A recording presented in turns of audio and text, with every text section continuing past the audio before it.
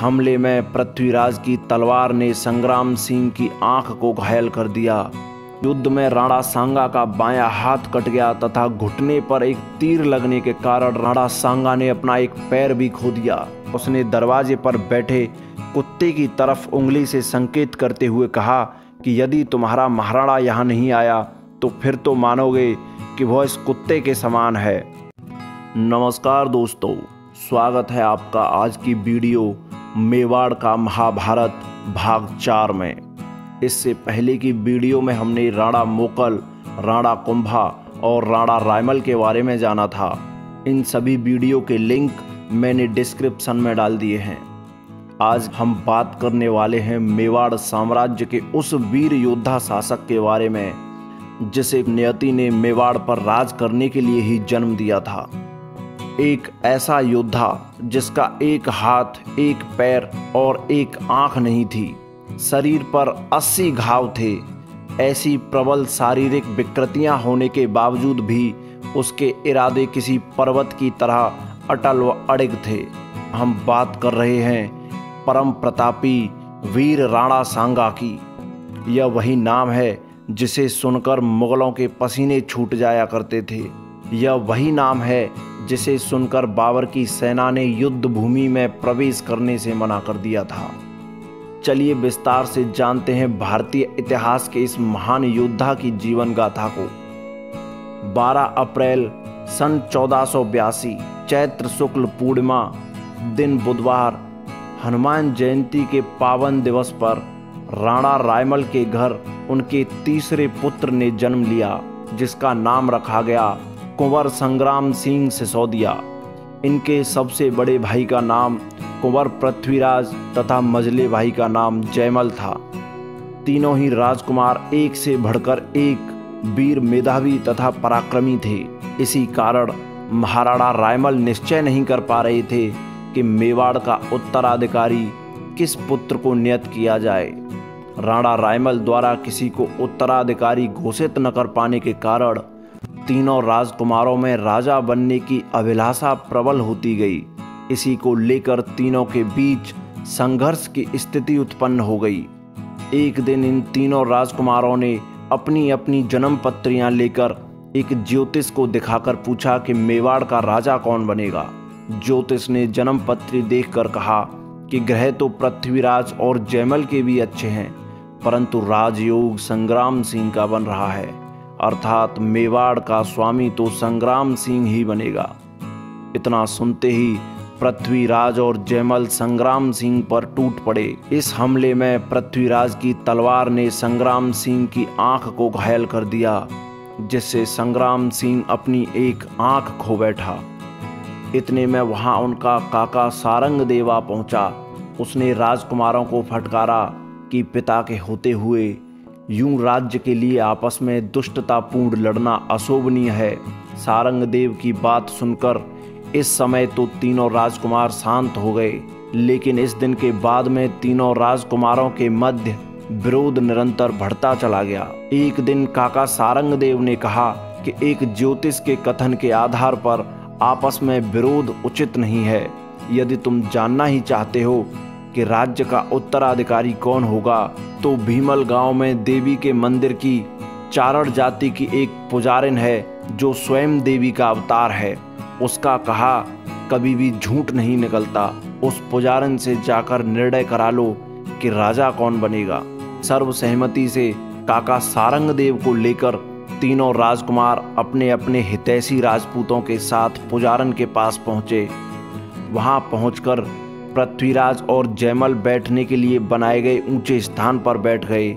सांगा को बैठने के लिए स्थान न मिला, इसलिए वह पास में रखी शेर की खाल को बिछाकर उस पर बैठ गया।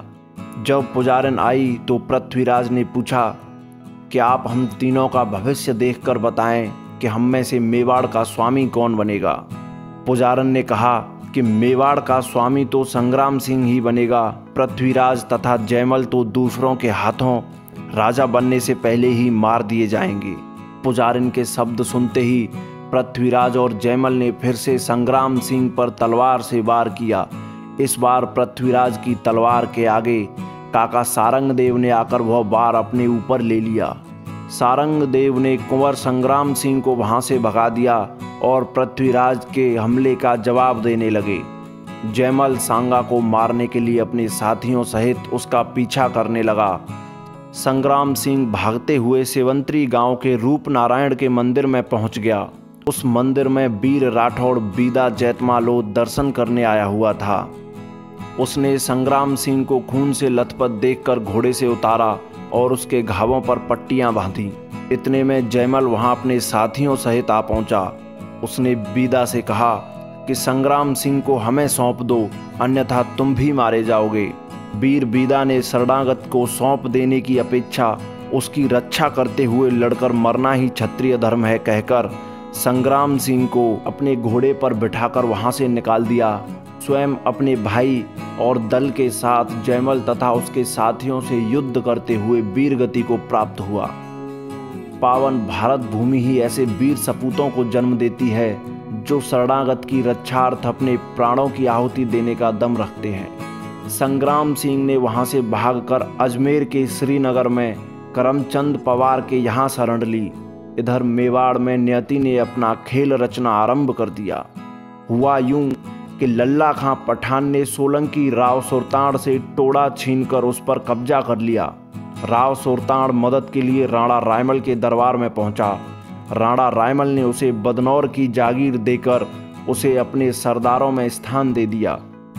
राव सुरताड़ की एक पुत्री थी ताराबाई, जो अत्यंत खूबसूरत थी। राव सुरताड़ ने शर्त रखी थी कि जो व्यक्ति उसे टोड़ा की जागीर जीत कर देगा, मैं ताराबाई का विवाह उसी के साथ करूंगा। जब तारा देवी की सुंदरता की खबर जयमल तक पहुंची तो उसने राव सुरताड़ के सामने तारा देवी से विवाह करने का प्रस्ताव रखा। राव सुरताड़ ने अपनी शर्त के बारे में बताया। इस पर जयमल ने कहा कि तुम हमारे राज्य के जागीरदार हो, जैसा हम कहें तुम्हें वैसा ही करना होगा। तथा जयमल ने राव सुरताड़ और उसकी कन्या के साथ में अशिष्ट व्यवहार करने का प्रयास किया। जवाब में सोलंकियों ने उसकी हत्या कर दी। अब मेवाड़ के उत्तराधिकार का प्रबल दावेदार पृथ्वीराज ही शेष रह गया था। पृथ्वीराज की बहन आनंदाबाई का विवाह सिरोही के राव जगमाल देवड़ा के साथ हुआ था। जगमाल देवड़ा आनंदाबाई को बहुत तंग किया करता था। इससे परेशान आनंदाबाई ने अपने भाई पृथ्वीराज को संदेश भेजकर सहायता मांगी। संदेश मिलते ही पृथ्वीराज सिरोही के लिए रवाना हो गया। पृथ्वीराज जब सिरोही पहुंचा तो जगमाल देवड़ा ने डर के कारण पृथ्वीराज से क्षमा मांगकर भविष्य में आनंदाबाई को कोई कष्ट न देने का वादा किया। जब पृथ्वीराज चलने को हुआ तो जगमाल ने रास्ते के लिए पृथ्वीराज को लड्डू देते हुए कहा कि लंबा रास्ता है, भूख लगने पर खा लेना। पृथ्वीराज ने मार्ग में उन लड्डुओं का सेवन किया। जगमाल ने लड्डुओं में विष मिला दिया था। विषैले लड्डुओं के सेवन के कारण पृथ्वीराज की वहीं मृत्यु हो गई। राणा रायमल ने अपने चौथे पुत्र राय सिंह को मेवाड़ का उत्तराधिकारी घोषित कर दिया, किंतु वे जानते थे कि मेवाड़ के उत्तराधिकारी के लिए राय सिंह योग्य नहीं है। समय गुजरता गया। राणा रायमल अपनी अंतिम सांसें ले रहे थे जब उन्हें उनके पुत्र कुंवर संग्राम के जीवित अजमेर में होने की सूचना मिली तो उन्होंने करमचंद पवार से उसे मेवाड़ में लाने का निवेदन किया। सूचना मिलते ही करमचंद पवार संग्राम सिंह को लेकर राणा रायमल के सम्मुख उपस्थित हुआ, जिससे राणा रायमल बहुत प्रसन्न हुए और करमचंद पवार को कई जागीर देकर अपना जागीरदार बना लिया और संग्राम सिंह को मेवाड़ का उत्तराधिकारी घोषित किया। इस प्रकार कुंवर संग्राम सिंह 24 मई सन 1509 को मेवाड़ के राजा बने, जिसे भविष्य में राणा सांगा के नाम से जाना गया। जिस समय राणा सांगा मेवाड़ के शासक बने उस समय मेवाड़ चारों तरफ से शत्रुओं से घिरा हुआ था। उस समय गुजरात का शासक था महमूद शाह बेगड़ा। मालवा का सुल्तान गयासुद्दीन का पुत्र नासिर शाह था और दिल्ली के तख्त पर उस समय लोदी वंश के सिकंदर लोदी का अधिकार था। राणा सांगा के सामने सबसे बड़ी चुनौती थी मेवाड़ की सीमाओं को सुरक्षित करने की। सर्वप्रथम राणा सांगा ने मेवाड़ की उत्तर पूर्वी सीमा को सुरक्षित करने के लिए अपने विश्वसनीय करमचंद पवार को रावत की उपाधि देकर 15 लाख की वार्षिक आय के 4 परगनों पर्वतसर, अजमेर, फूलिया, बनेड़ा और मांडल का जागीरदार नियुक्त किया। फिर दक्षिण पश्चिमी सीमा को सुरक्षित करने के लिए सिरोही वालों के साथ अपने संबंधों को सुधारा तथा बागड़ क्षेत्र के शासकों से मैत्री संबंध स्थापित किए। साथ ही आसपास के सभी कमजोर हिंदू शासकों के प्रति सहयोग तथा सहानुभूतिपूर्ण व्यवहार करके उनको अपना हितैषी बना लिया। राणा सांगा ने राजा बनते ही दिल्ली के अधीनस्थ इलाकों को अपने राज्य में मिलाना शुरू कर दिया। सन 1517 में दिल्ली के तत्कालीन सुल्तान सिकंदर लोदी की मृत्यु के बाद उसका पुत्र इब्राहिम लोदी दिल्ली के तख्त पर आसीन हुआ। सुल्तान बनते ही उसने बड़ी सेना के साथ मेवाड़ पर चढ़ाई कर दी। खबर सुनते ही महाराणा भी उससे मुकाबला करने के लिए आगे बढ़ा। कोटा के खातौली में दोनों सेनाओं का आमना सामना हुआ। राणा सांगा के पराक्रम के आगे सुल्तान तथा उसकी सेना एक पहर भी नहीं टिक पाई। अंततः इब्राहिम लोदी अपनी सेना सहित युद्ध भूमि से भाग खड़ा हुआ।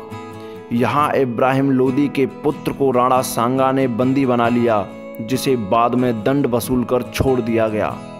इस युद्ध में राणा सांगा का बायां हाथ कट गया तथा घुटने पर एक तीर लगने के कारण राणा सांगा ने अपना एक पैर भी खो दिया।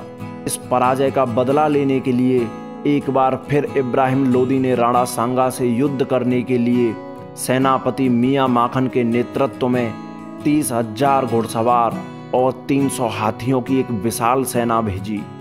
राणा सांगा ने इस हमले का भी बड़ी ही वीरता से जवाब दिया। सन 1518 में धौलपुर के बाड़ी में दोनों सेनाओं के मध्य युद्ध आरंभ हुआ। यहाँ राणा सांगा तथा उसके वीर योद्धाओं ने मियां माखन तथा उसकी विशाल सेना को रौंद कर रख दिया। एक बार फिर इब्राहिम लोदी का सेनापति मियां माखन उसी की तरह युद्ध भूमि से भाग निकला। राणा सांगा ने बयाना तक उसका पीछा किया। इस युद्ध में मालवा के जिन भागों पर सिकंदर लोदी ने अपनी शासनावधि में कब्जा कर रखा था, उन भागों को राणा सांगा ने अपने कब्जे में ले लिया। जब राणा सांगा का राज्याभिषेक हुआ था, उस समय मालवा का शासक नासिर शाह था। उसके बाद में मालवा की गद्दी को लेकर मालवा में संघर्ष की स्थिति बनी हुई थी। मालवा के उत्तराधिकार को लेकर जो संघर्ष चल रहा था, उसमें सबसे ज़्यादा हस्तक्षेप मेदिनी राय कर रहा था। किसको राजा बनाना है, किसको नहीं, यह मेदिनी राय ही निश्चित कर रहा था। इसी कारण मेदिनी राय बहुत शक्तिशाली हो गया था। मेदिनी राय ने महमूद खिलजी द्वितीय को मालवा का सुल्तान बना दिया, किंतु मुस्लिम सरदारों और अमीरों के बहकावे में आकर महमूद खिलजी द्वितीय ने मेदिनी राय पर गुजरात के तत्कालीन शासक सुल्तान मुजफ्फर शाह के साथ मिलकर हमला कर दिया। मेदिनी राय मालवा से भागकर राणा सांगा की शरण में चला गया। राणा सांगा ने उसे चंदेरी तथा गागरोड़ की जागीर देकर अपना सरदार नियुक्त किया। महमूद खिलजी द्वितीय की रक्षा के लिए गुजरात का सुल्तान मालवा में अपनी सेना छोड़कर वापस गुजरात चला गया। महमूद खिलजी ने उसी सेना के बल पर मेदिनी राय पर चढ़ाई करने के उद्देश्य से गागरोड़ की तरफ कूच किया। जैसे ही यह सूचना राणा सांगा को मिली, तो वह अपने सरदार तथा मित्र मेदिनी राय की रक्षा के लिए 50,000 की सेना के साथ महमूद खिलजी द्वितीय का सामना करने के लिए गागरोड़ की तरफ निकल गए। 1519 में हुए इस युद्ध में राणा सांगा महमूद खिलजी को परास्त कर उसे बंदी बनाकर चित्तौड़ ले गए। बाद में राणा सांगा ने उदारता का परिचय देते हुए महमूद खिलजी को आज़ाद कर दिया तथा जमानत के तौर पर उसके पुत्र को चित्तौड़ में रख लिया। महमूद खिलजी ने भी राणा सांगा की इस उदारता के लिए राणा सांगा को रत्न जड़ित मुकुट तथा सोने की कमरपीटी, जो होसांग शाह के समय से ही मालवा के सुल्तानों का राज चिन्ह हुआ करती थी, सम्मान स्वरूप भेंट की। या कह सकते हैं कि राणा सांगा को अपने राज चिन्ह सौंपकर मेवाड़ की अधीनता स्वीकार कर ली। गुजरात के ईडर में राठौड़ों का शासन था। इस समय ईडर में भी उत्तराधिकार को लेकर संघर्ष चल रहा था। यहाँ के तत्कालीन राजा राव सूर्यमल के देहांत के बाद उसका पुत्र राव रायमल, जो अभी 10-12 वर्ष का बालक था, ईडर का राजा बन गया। किंतु राव रायमल का चाचा राव भीम उसे हटाकर स्वयं राजा बन गया। रायमल वहां से भागकर राणा सांगा की शरण में चला गया। राणा सांगा ने अपनी पुत्री की सगाई कर उसे अपना दामाद बना लिया। इधर ईडर में राव भीम की मृत्यु के बाद उसका पुत्र भारमल गुजरात के तत्कालीन सुल्तान मुजफ्फर शाह की आज्ञा से गद्दी पर आसीन हुआ। रायमल भी अब तक युवा हो चुका था। राणा सांगा ने भारमल को हराकर रायमल को राजा बना दिया। इससे मुजफ्फर शाह बहुत अप्रसन्न हुआ। उसने सन 1514 में गुजरात के अहमदनगर के जागीरदार निजामुल मुल्क को ईडर पर कब्जा करने भेजा। निजामुल मुल्क ने ईडर को घेर लिया और रायमल पहाड़ों में भाग गया। इस प्रकार बिना लड़े ही निजामुल मुल्क ने ईडर पर कब्जा कर लिया, लेकिन रायमल ने सेना संगठित कर निजामुल मुल्क को परास्त कर दिया। इसके बाद मुजफ्फर शाह ने जहीरुल मुल्क को भेजा, उसे भी रायमल ने युद्ध में हराकर मार दिया। इसके बाद मुजफ्फर शाह ने मलिक हुसैन या मुवारिजुल मुल्क को ईडर पर कब्जा करने भेजा, जिसने रायमल को हराकर ईडर पर अधिकार कर लिया। रायमल वहां से भागकर फिर से राणा सांगा के पास सहायता मांगने चला गया। सन 1520 में एक दिन एक भाट घूमते फिरते ईडर पहुंच गया। उसने भरे दरबार में मलिक हुसैन के सामने राणा सांगा की प्रशंसा करते हुए कहा कि महाराणा के समान संपूर्ण भारत में कोई राजा नहीं है। तुम भले ही थोड़े दिन ईडर में रह लो, अंततः तो ईडर रायमल को ही मिलेगा, क्योंकि रायमल के रक्षक स्वयं महाराणा सांगा हैं। इतना सुनकर मलिक हुसैन ने राणा सांगा के लिए कहा कि देखते हैं वह कुत्ता किस प्रकार रायमल की रक्षा करता है, तथा उसने दरवाजे पर बैठे कुत्ते की तरफ उंगली से संकेत करते हुए कहा कि यदि तुम्हारा महाराणा यहाँ नहीं आया तो फिर तो मानोगे कि वह इस कुत्ते के समान है। भाट मलिक हुसैन को चेतावनी देकर मेवाड़ आ गया। उसने सारी बात राणा सांगा को बताई। मलिक हुसैन के अपमान सूचक शब्दों को सुनकर राणा सांगा का क्रोध 7वें आसमान पर था। उन्होंने शीघ्र सेना सहित ईडर के लिए प्रस्थान किया। राणा सांगा ने ईडर पर आक्रमण कर दिया और रायमल को यहाँ का राजा बना दिया। मलिक हुसैन जान बचाकर यहाँ से अहमदनगर भाग गया। राणा सांगा की क्रोधाग्नि अभी शांत नहीं हुई थी। राणा सांगा ने अहमदनगर तक मलिक हुसैन का पीछा किया तथा वहां जाकर उसको पराजित किया। इस युद्ध में राणा सांगा ने मलिक हुसैन को बुरी तरह घायल कर दिया और अहमदनगर का सारा खजाना तथा हाथी घोड़े लूट कर वापस चित्तौड़ आए। इस हार के बाद सुल्तान मुजफ्फर शाह ने सोरठ, वर्तमान सौराष्ट्र के जागीरदार मलिक अय्याज के साथ मिलकर मेवाड़ पर आक्रमण किया, लेकिन मलिक अय्याज ने राणा सांगा से संधि कर ली, इसलिए सुल्तान को वापस गुजरात लौटना पड़ा। इसके बाद फिर कभी सुल्तान मुजफ्फर शाह ने राणा सांगा पर हमला करने का प्रयास नहीं किया। इस प्रकार राणा सांगा ने अपनी चारों दिशाओं में अपने शत्रुओं को निष्क्रिय करके चारों ओर अपने हितैषी तथा मित्रों को तैनात करके राज्य को सुरक्षित ही नहीं किया, बल्कि दिल्ली के शासक को 2 बार हराकर मेवाड़ को दिल्ली से भी अधिक शक्तिशाली राज्य के रूप में स्थापित किया। अगले भाग में हम जानेंगे राणा सांगा और बाबर के बीच हुए संघर्षों के बारे में। आने वाली वीडियो की नोटिफिकेशन सबसे पहले पाने के लिए हमारे चैनल इनक्रेडिबल इंडियन हिस्ट्री को सब्सक्राइब कर लें तथा इस वीडियो के बारे में अपने विचार हमें कमेंट करें। धन्यवाद।